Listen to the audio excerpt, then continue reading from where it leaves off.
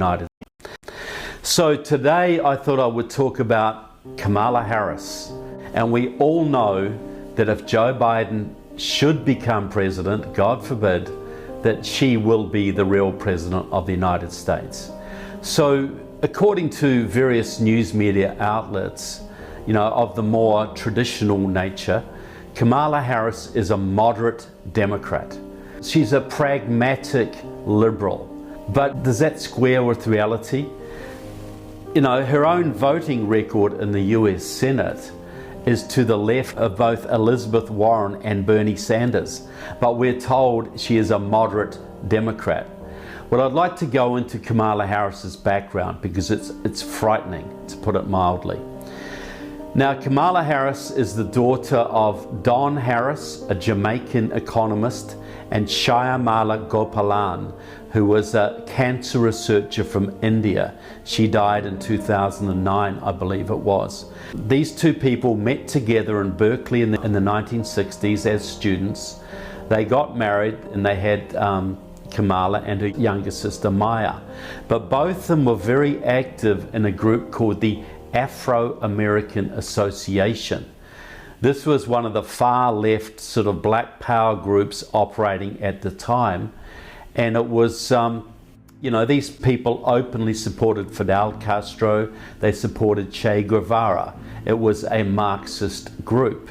Two members of the Afro-American Association, Bobby Seale and Huey Newton, would leave and go off to form the Black Panther Party, the pro-China, militant, Maoist, terrorist Black Panthers who really serve as a model for today's Black Lives Matter.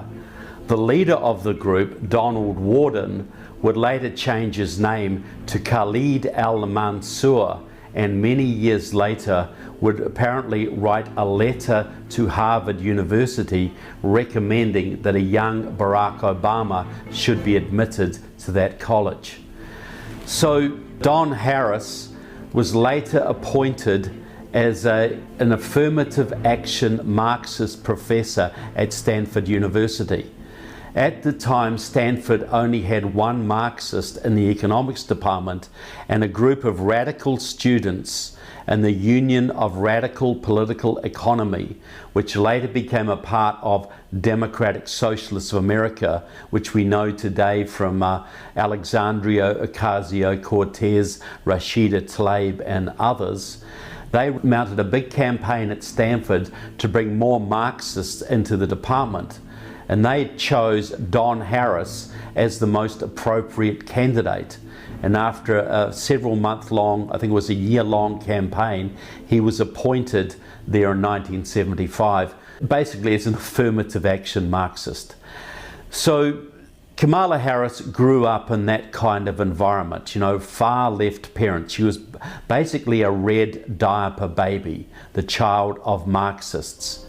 In her late teens, Kamala Harris went to Howard University in Washington, D.C., the largely black college, where she was a student radical protesting the causes of the day.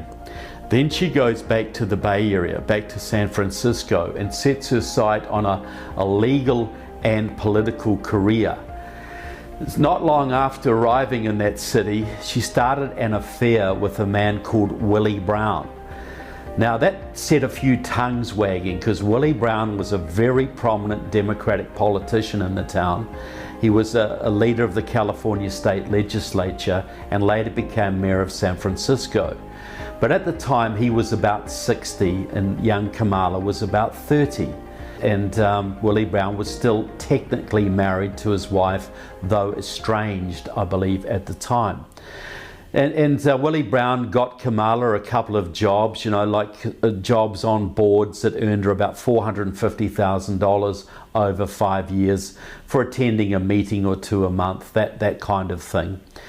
But the big scandal was this, that Willie Brown was then and remains very sympathetic to communism.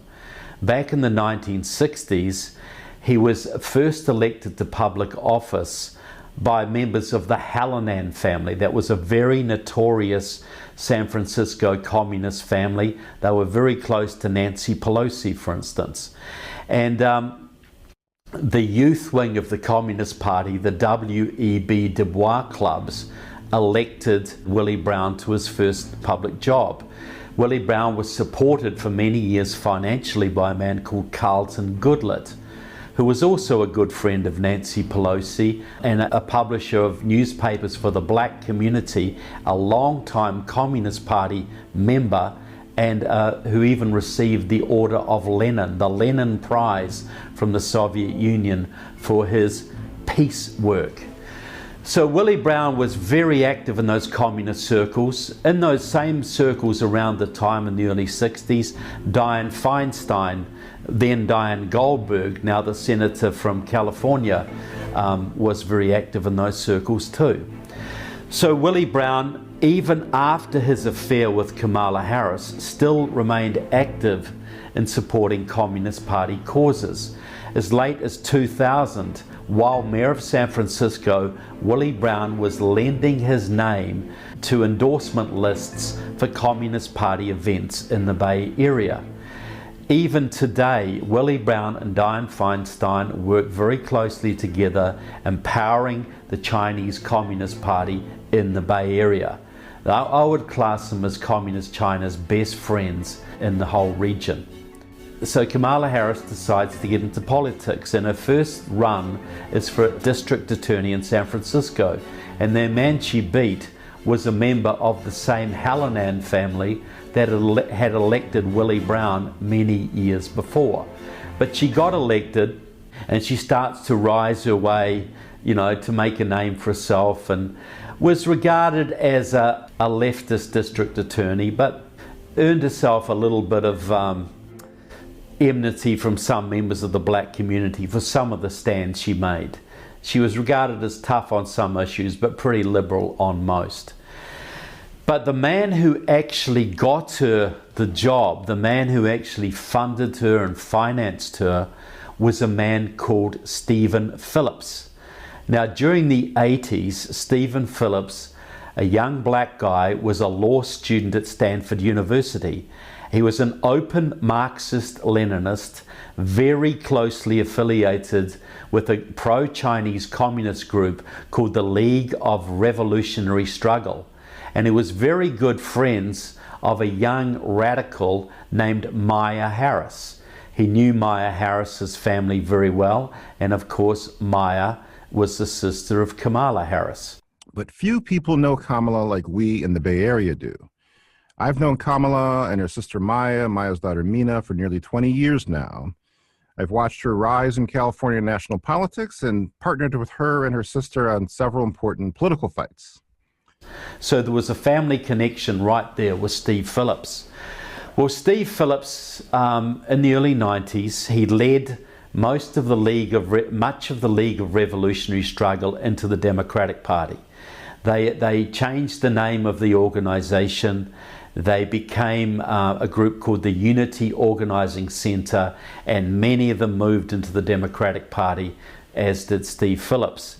Steve Phillips stood for the school board in San Francisco and served on that board for some time. But what really got him launched was the fact that he married his Stanford sweetheart, a young woman called Susan Sandler.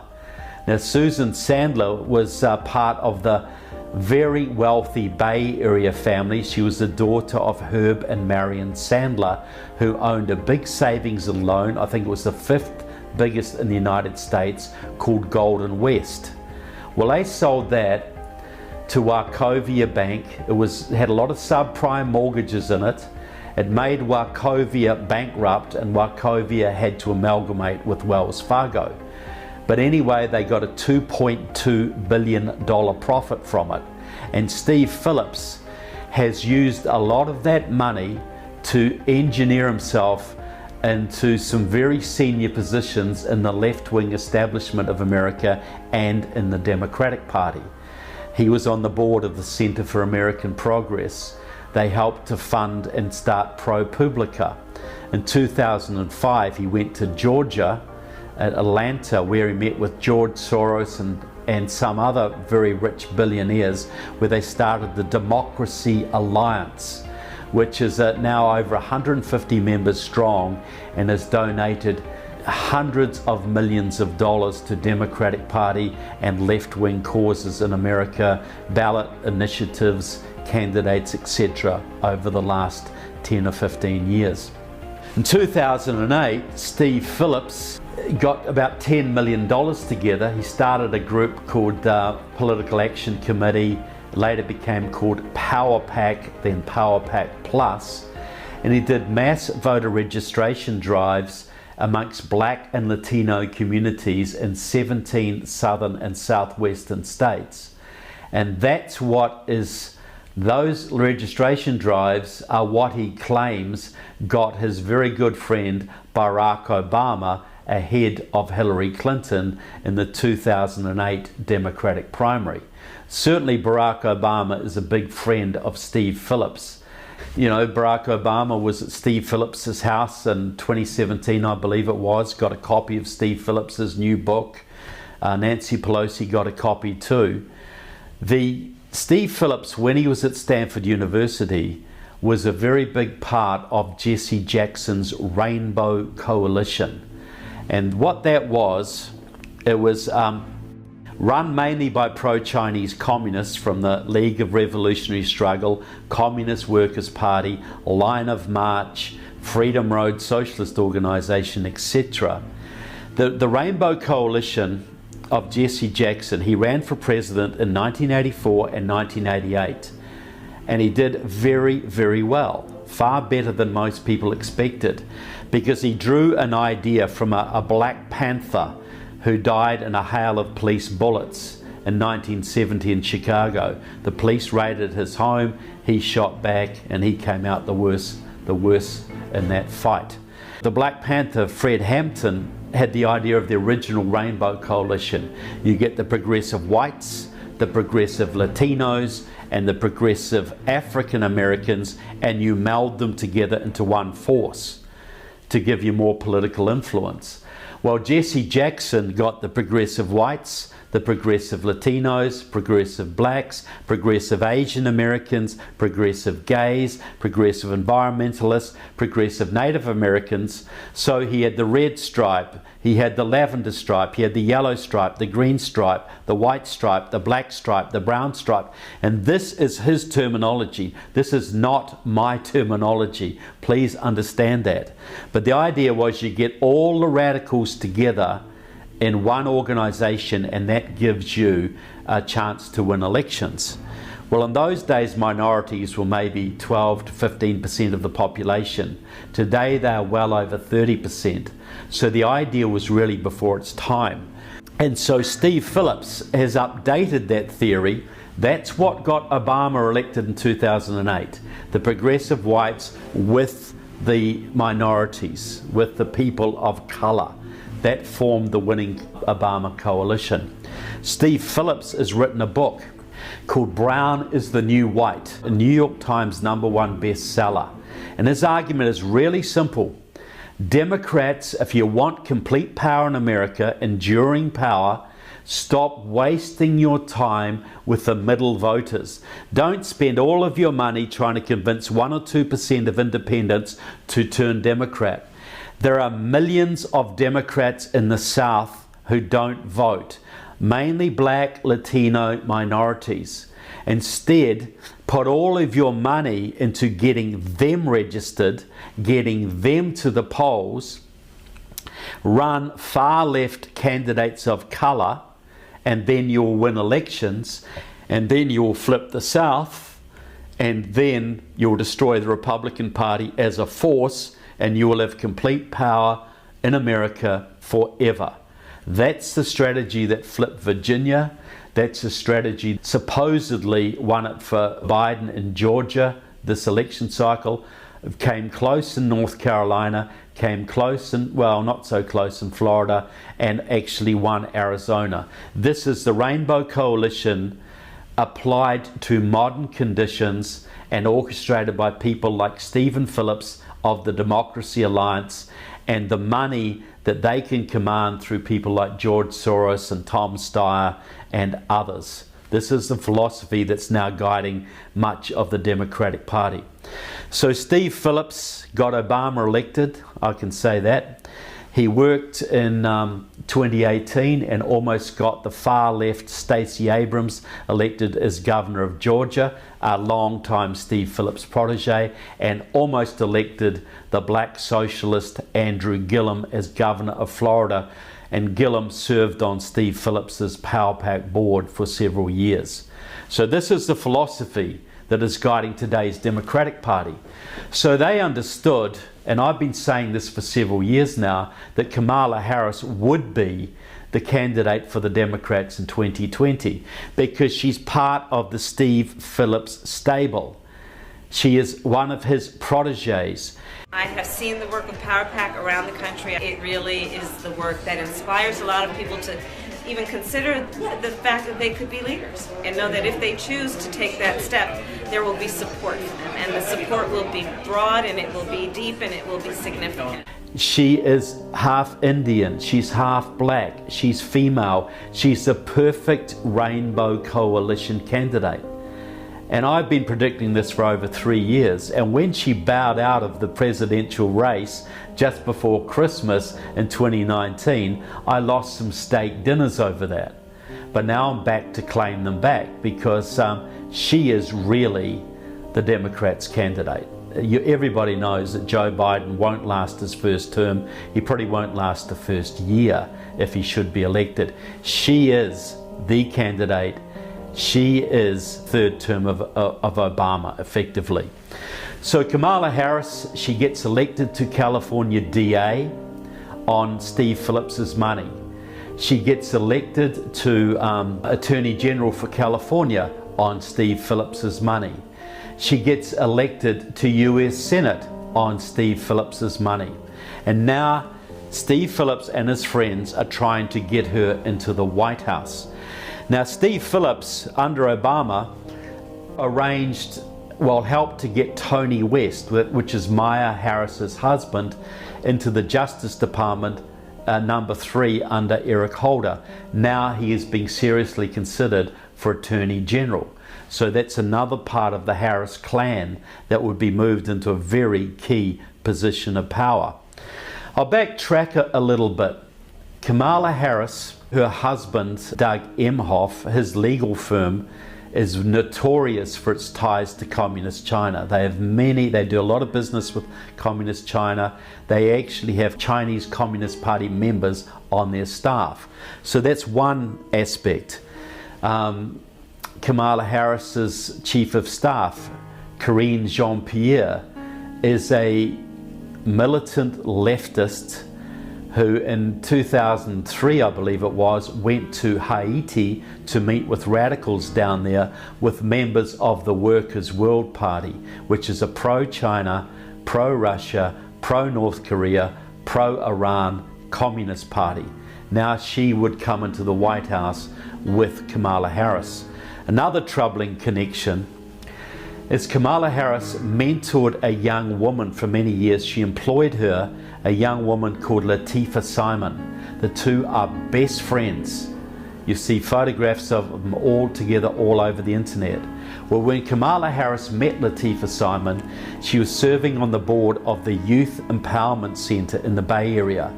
Every other board member at the time, and that was Harmony Goldberg, Adam Gold, Cindy Weissner, and Van Jones, were members of a Maoist revolutionary group standing together to organize a revolutionary movement, or storm. Some people may know Van Jones. He's on CNN. He was briefly Obama's Green Jobs advisor in charge of a multi-billion-dollar budget.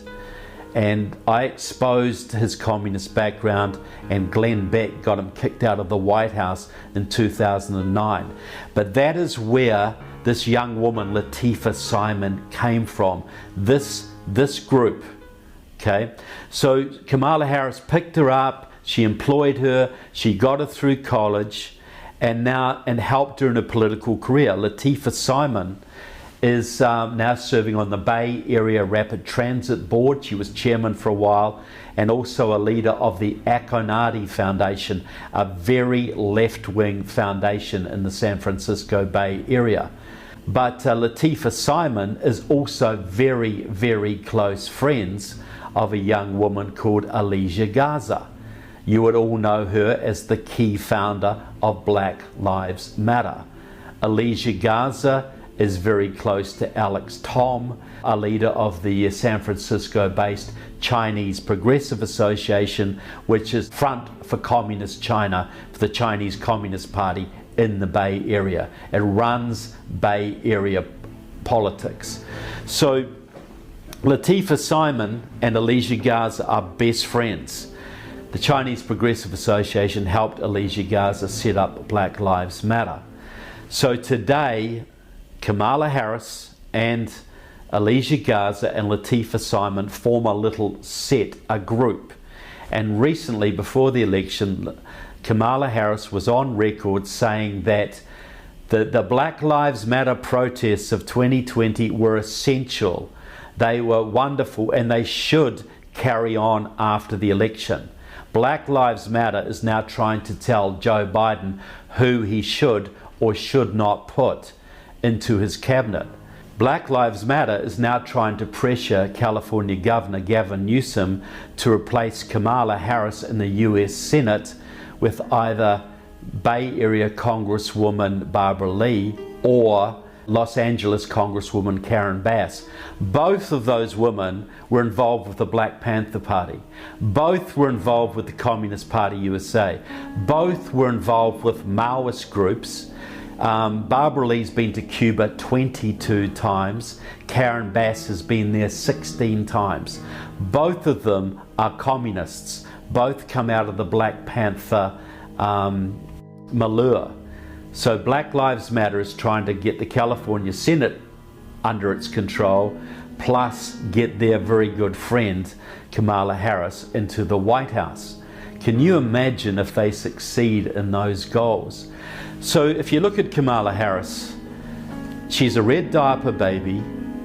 Her whole career depends on pro-Chinese communists. Willie Brown, Steve Phillips, her parents, all of the people around her who have guided her career, who helped her. You know, she's even married to a man who works for the Chinese communists. Donald Trump recently said that if Joe Biden becomes president, this country will be owned by China.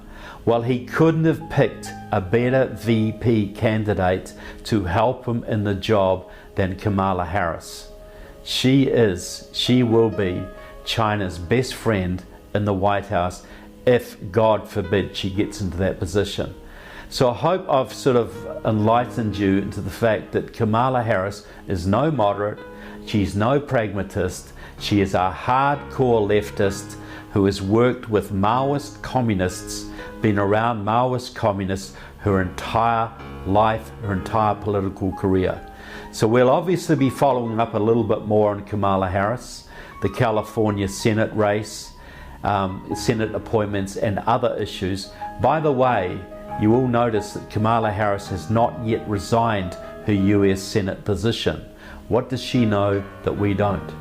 So thanks very much for watching Counterpunch. Please press that like button. Please share it as much as you can with your friends. Please subscribe.